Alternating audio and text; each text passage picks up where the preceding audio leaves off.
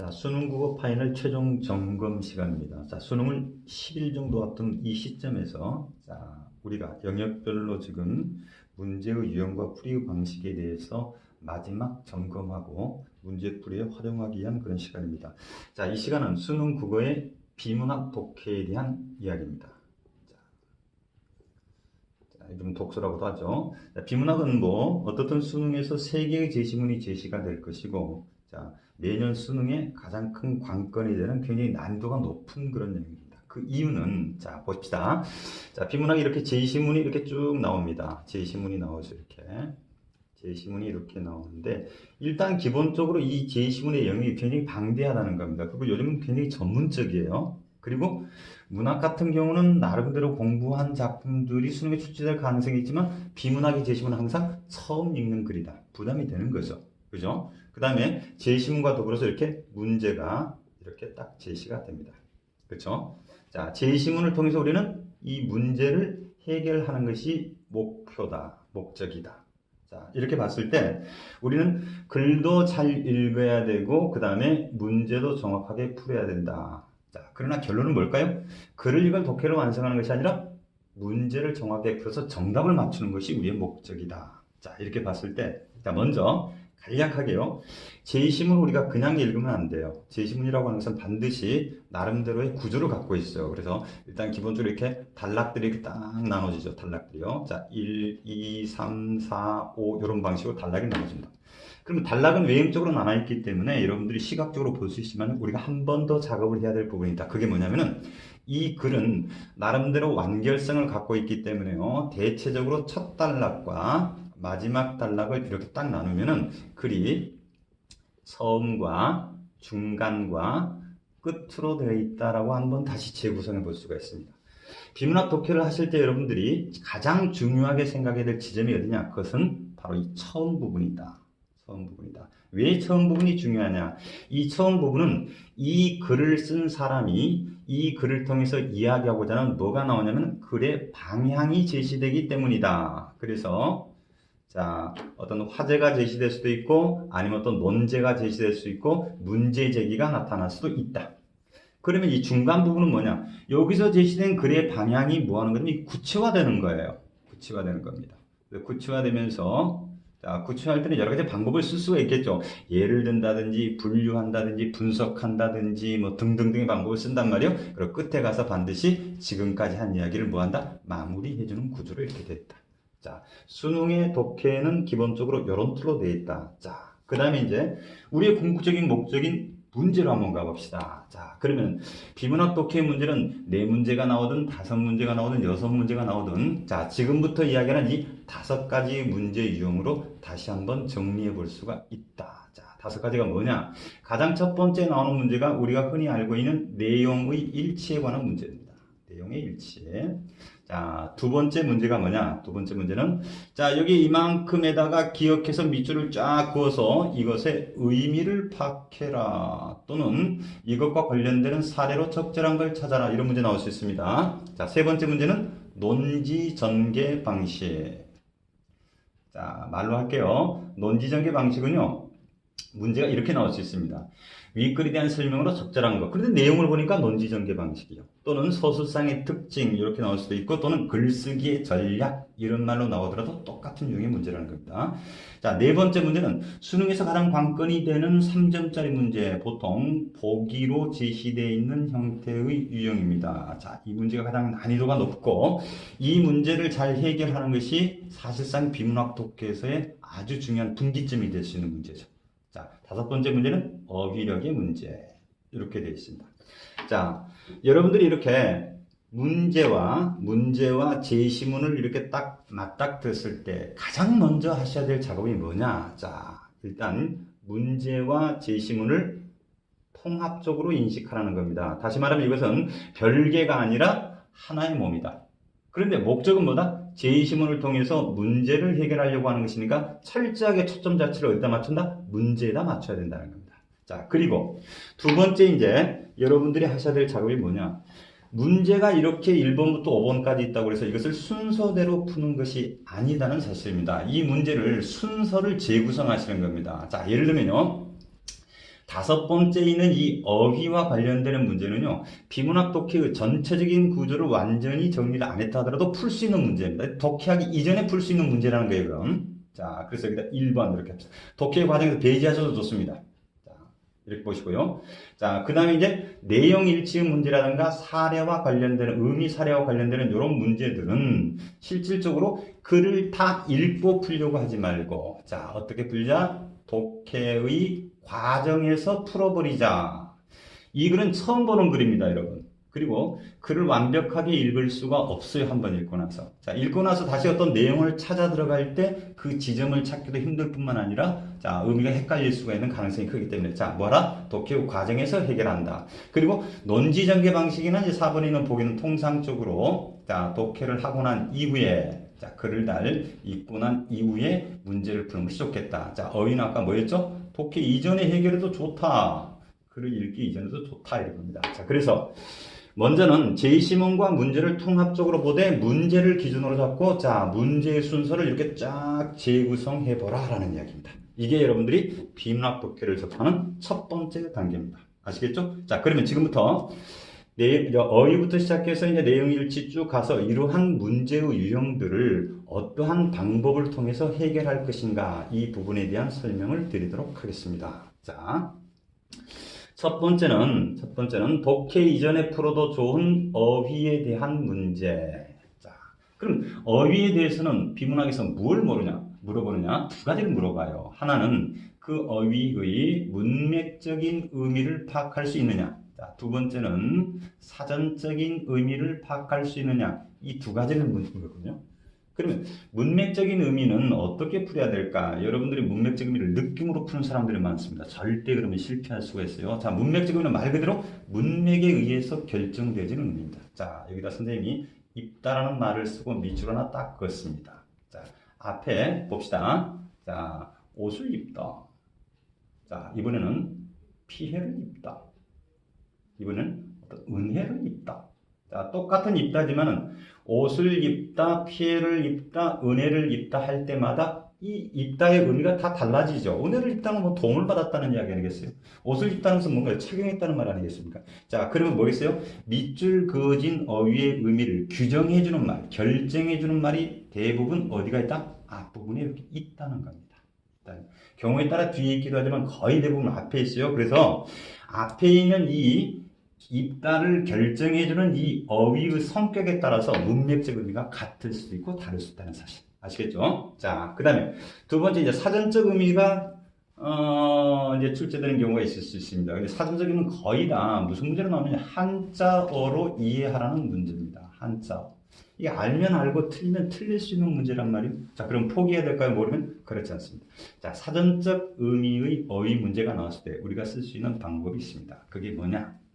바로 이 한자어로 표현되는 것들을 가지고 자기 자신이 갖고 있는 생각을 동원해 가지고 간단한, 자, 잘 보세요. 간단한 문장이라든지 어구를 만들어 보시는 겁니다. 헷갈렸을 경우입니다.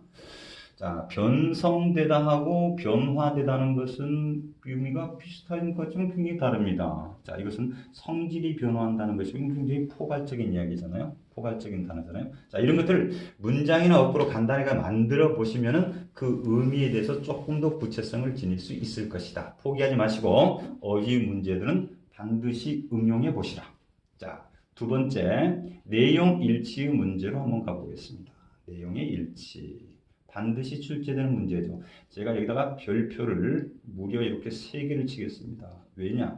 내용의 일치 문제야말로 수능 비문학 독해에서 가장 중요한 문제라는 겁니다. 난이도가 높아서 중요한 것이 아니라 실제로 글과 문제를 보는 이 통합적인 부분에서 거의 다리 역할을 해주는, 가교 역할을 해주는 것이 바로 내용일치 문제이기 때문입니다. 내용일치 문제는요, 원리적으로 이야기한다면 무슨 이야기냐면 글 속에 들어있는 정보를 파악해라. 자, 그래갖고 이 글 속에 들어있는 정보를 맞는지 틀린지 확인해 보아라라고 하는 이런 문제예요. 자, 그러니까 이 내용일치에서 언급되고 있는 1번부터 5번 선택지에 나와 있는 정보는 일단은, 자, 글 속에 제시가 돼 있다는 거죠. 자, 그래서 이 문제를 푸실 때는 여러분들이 이런 방법을 쓰시면 좋습니다. 독해 과정에서 해결하라고 했어요.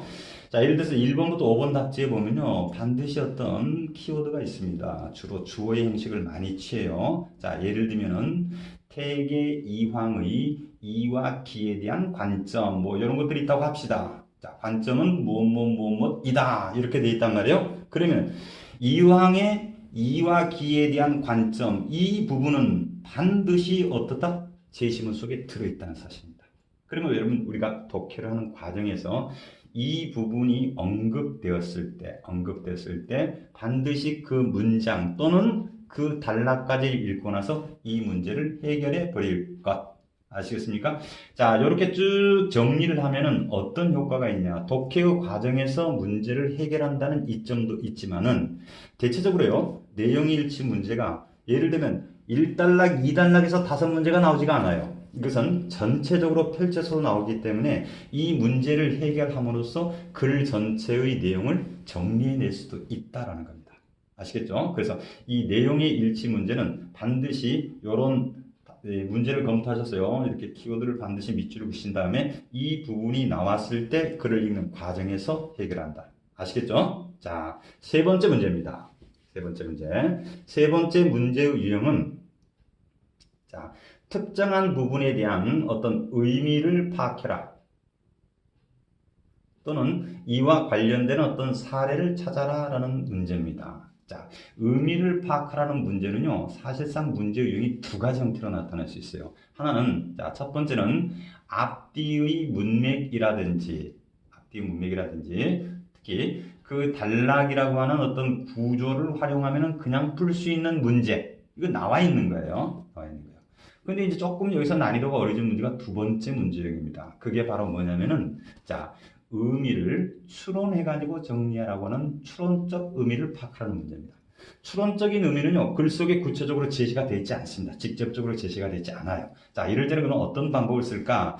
글 속에 제시된, 자, 제시문의 내용과,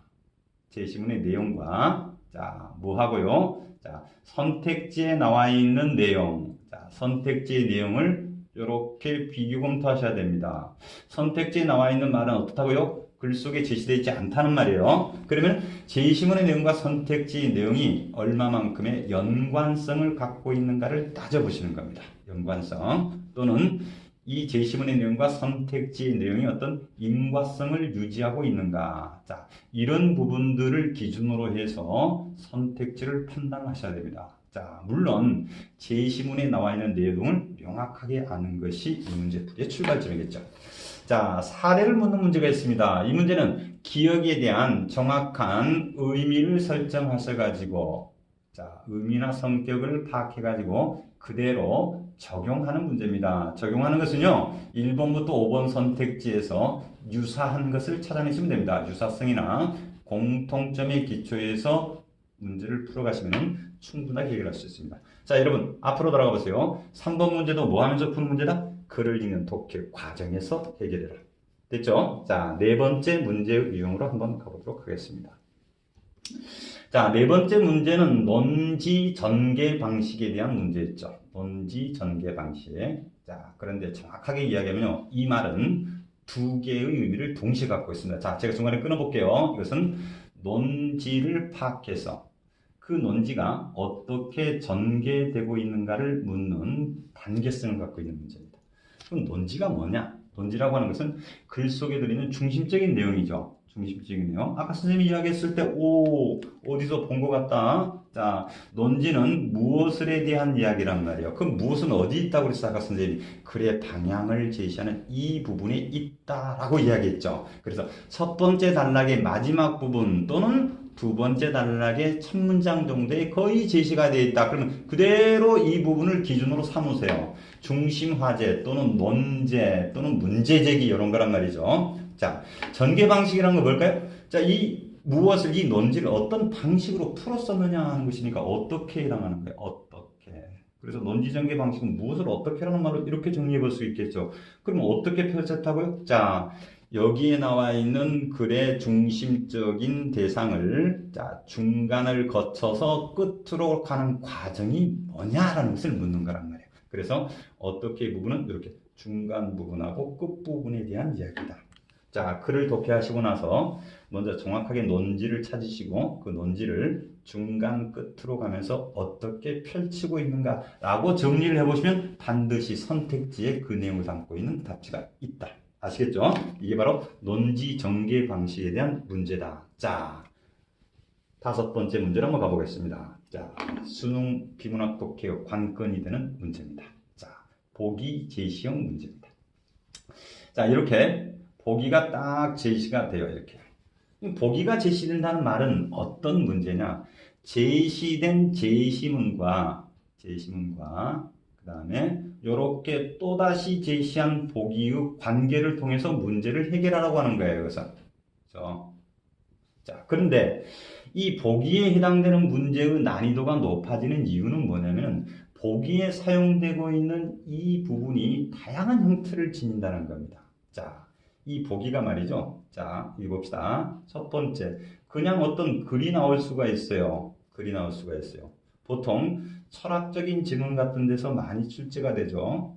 그러면 이건 뭐 하면 되느냐? 자, 이것은 그냥 제시문과 글 속에 나와 있는 내용을 비교 검토하시면 됩니다. 비교하시면 돼요. 그래서 공통점이라든가 차이점, 자, 비교 대조라고 정리해 볼까요? 자, 이렇게 하시면 풀 수 있는 그런 문제죠. 비교적 보기 제시형 중에서는 좀 난이도가 낮은 문제라고 볼 수 있습니다. 자, 두 번째는 이 보기에 뭐가 나오느냐? 어떤 구조도 같은 것이 이렇게 나올 수가 있어요. 이 그림의 형태를 지니죠. 그림의 형태를 지니고 나올 수가 있습니다. 이건 보통 이제 과학이라든지 기술 같은 지문에서 이렇게 이제 출제되는 그런 양식입니다. 자, 그림, 즉 다시 말하면 구조도가 나왔다. 사실 여기 난이도가 확 올라가요. 왜냐하면은 글 속에 제시된 제시문의 내용을, 자, 제시문에 나와 있는, 즉 글로 표현된 것을 뭘로 바꾼 거예요? 그림으로 바꿔놓은 거란 말이죠. 즉 어떤 구조도와 같은 이런 형식으로 이렇게 바꿔놨단 말이에요. 자, 이 문제를 푸실 때 그냥 정답을 찾으려고 하지 마시고요. 자, 여러분들 반드시 하셔야 할 작업이 있습니다. 그게 뭐냐? 바로 이 그림을 완성하는 겁니다. 구조도를 뭐라고요? 완성하시는 겁니다. 자, 예를 들면 글 속에서 사람 신체 일부인 눈의 구조에 대한 설명이 쫙 되어 있습니다. 눈에 대한 구조에 대한 설명이 쫙 되어 있는 이것을 그림으로 이렇게 딱 표현했단 말이에요. 직접 눈을 이렇게 그림으로 그려가지고, 자, 그러면은 이 구조도 속에는 망막도 있고 수정체도 있고 시신경도 있고 시신경 중에서는 뭐 막대세포가 있다, 그 다음에 원추세포가 있다, 이런 것들이 글 속에 나와 있는데 그림에서는 그 말을 써주지 않아요. 그러니까 그림을 글 속에 나와 있는 내용을 바탕으로 완성하시는 겁니다. 자, 이 작업만 하시면은 선택지에서 요구하는 문제의 초점을 정확하게 맞춰낼 수가 있다. 아시겠죠? 자, 세 번째는요. 이 보기에 어떤 작품이 나올 수가 있습니다. 특히 그림 같은 것이 나올 수가 있죠. 뭐 그림 같은 작품이 나올 수 있습니다. 이건 보통 이제 예술 제재에서 많이 쓰는 방식인데 이런 것들은 어떤 기준을 가지고 그냥 자, 적절한 기준을 통해서 감상한다든지 해석하는 것만 하실 수 있으면 푸실 수 있는 문제다. 자, 다양한 형태가 나오는데요. 자, 네 번째 여러분들이 가장 어려워하는 부분입니다. 자, 그게 뭐냐? 이 그래프라든지 통계자, 특히 그래프가 나왔을 때, 자, 굉장히 이제 체감도가 높아집니다. 자, 주로 이제 사회지제에 있는 어떤 경제지문 같은 데서 많이 나오죠. 자, 그럼 그래프와 같은 문제가 나왔을 때는 어떻게 문제를 해결할 것인가? 지금부터 선생님이 설명하는 내용을 잘 들어보시고, 그래프 문제가 나왔을 때 당황하지 마시고 자신감 있게 접근할 수 있는 자기의 방법을 찾아내시도록 해봅시다. 자, 그래프 문제가 나오는 형태는요, 대략적으로 이런 그림으로 다시 한번 그려볼 수 있습니다. 자, 이게 제시문 속에, 자, A라고 이런 정도의 파트를 딱 주고, 여기에 이렇게 그래프가 이렇게 딱 나와 있을 수 있어요. 이렇게. 그래프가 이렇게 딱 나와 있을 수 있습니다. 자, 그리고 나서, 자, 문제가 이제, 아까 5번 문제였죠. 5번 문제라고 하고, 이제 보기가 있다고 합시다. 보기가 있다고 했을 때, 보기도 마찬가지로, 자, 일정한 내용과 더불어서, 역시 여기도 이렇게 그래프가 이렇게 쫙 그려져 있어요. 딱 그려져 있단 말이에요. 자, 그러면 이게 무슨 관계냐? 제시문 속에 들어있는 이 내용을, 자, 보기로 화살표를 쳐볼게요. 자, 이것은 반드시 제시문 속에 들어있는 내용을 다시 뭐 한 겁니까? 정리해 놓은 겁니다. 만약에 여기서 그래프가 나오고 또 여기서 그래프가 나왔다면 사실 이 그래프는 A의 그래프를 뭐 한 것이다? 변형시킨 것이다. 예를 들면 어떤 숫자를 바꿔놨다든지 이런 정도의 차이란 말이에요. 자, 그러면은 이런 문제가 나왔을 때 선생님 이야기 잘 들어보세요. 그래프를 읽어낼 수 있는 방법이 중요합니다. 자, 그래프는 자, 제가 이제 그냥 이렇게 그렸어요. 이게 이제 y축, x축이 있었을 때, 자, 잘 보세요. 반드시 y축에서 무엇을 이야기하는가? 예를 들면 환율을 이야기한다.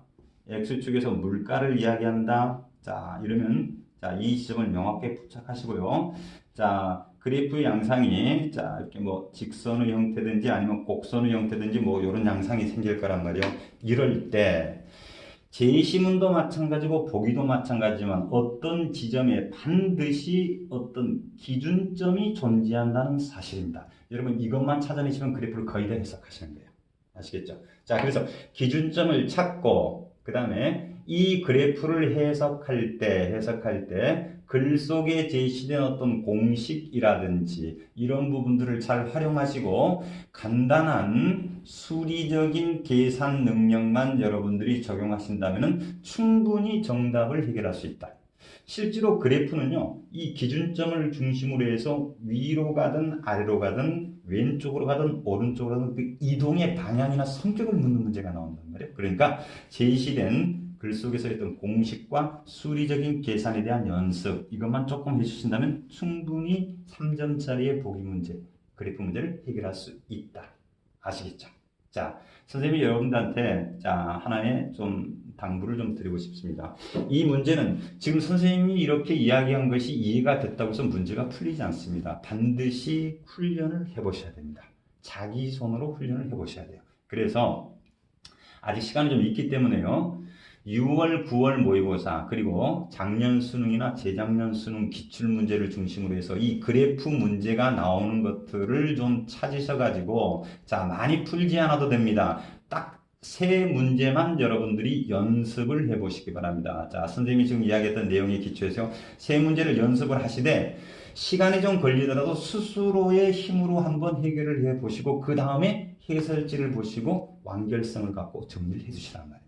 세 문제만 연습하신다면 충분히 일단 이 문제에 대한 거부감이 없어질 것이고 그 다음에 이 문제에 대한 자신감이 좀 생길 수 있을 거란 말이에요. 자, 이 그래프의 문제를 해결하는 순간 여러분들은 비문학독해에서 충분히 만점을 노려볼 수 있다. 아시겠죠? 자, 오늘 선생님이 이야기했던 자, 비문학독해에 대한 구조를 보는 것과 문제에 초점을 맞추는 것 그리고 5가지 문제 유형을 순서에 맞게 정리하는 방식을 선생님하고 한번 살펴봤습니다. 이 내용을 바탕으로 해서 자, 이번 수능에서도 여러분들이 선전하시고 파이팅 하시기 바랍니다. 오늘의 수업을 마치겠습니다.